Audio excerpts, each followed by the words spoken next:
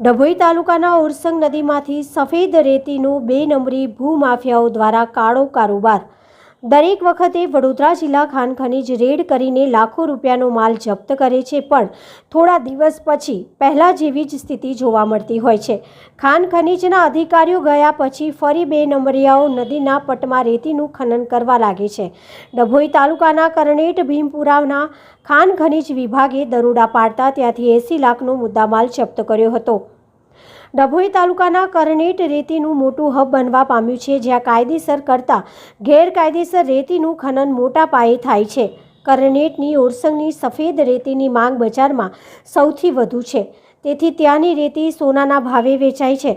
બહુમાળી બિલ્ડિંગમાં ઉરસંગની સફેદ રેતીની માંગને લઈને મોટા શહેરોમાં ઉરસંગની સફેદ રેતીની ડિમાન્ડ છે। ખાણ ખનીજ વિભાગ દ્વારા ચોમાસા દરમિયાન રેતી ખનન પર રોક લગાવી હોવા છતાંય ભૂમાફિયાઓ કાયદાને નેવે મૂકી ઉરસંગ મૈયામાં બેફામ રેતી ખનન કરી રહ્યા છે। ભીમપુરામાં પાડેલ રેડ દરમિયાન જે 80 લાખનો મુદ્દામાલ પકડાયો છે, તે બાબતે નિયમ મુજબ ગુનો દાખલ કરવામાં આવે છે કે નહીં, તેના ઉપર સૌની નજર છે। નવાઈની વાત તો એ છે કે જેસીબી પર ક્યાંકથી નંબર જોવા મળતો નથી, જ્યારે ઝડપાયેલ ગાડીમાંથી 2 ગાડીના નંબર નિયમ મુજબ વાંચી શકાતા નથી। ત્યારે હવે જોવાનું એ રહ્યું કે ખાણ ખનીજ વિભાગ કેટલો દંડ કોને ફટકારે છે।